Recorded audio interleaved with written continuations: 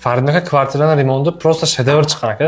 Bunaqa remont qilish uchun qancha pul ketadi? Sizga obzor qilib ko'rsataman, qancha pul ketganini ham aytaman.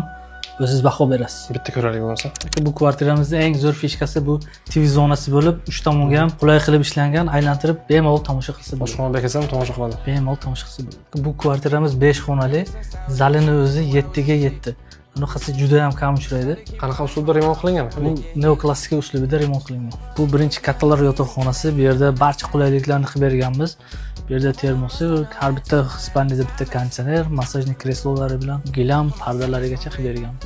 Bu kvartiramizda yana bir qulaylik, jakuzi o'rnatib berganmiz. Bu yerda 10 kilolik bitta kir mashina ham bor. Bu bolalar yotoqxonasi. Buni rangini bolalar psixologiyasiga yaxshi ta'sir qilish uchun shu ranglardan foydalangan. Bu kvartiramizning hol qismi.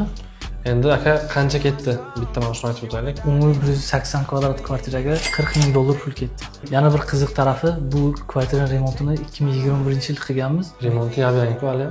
Hali ham yaxshi sifatda turibdi aka.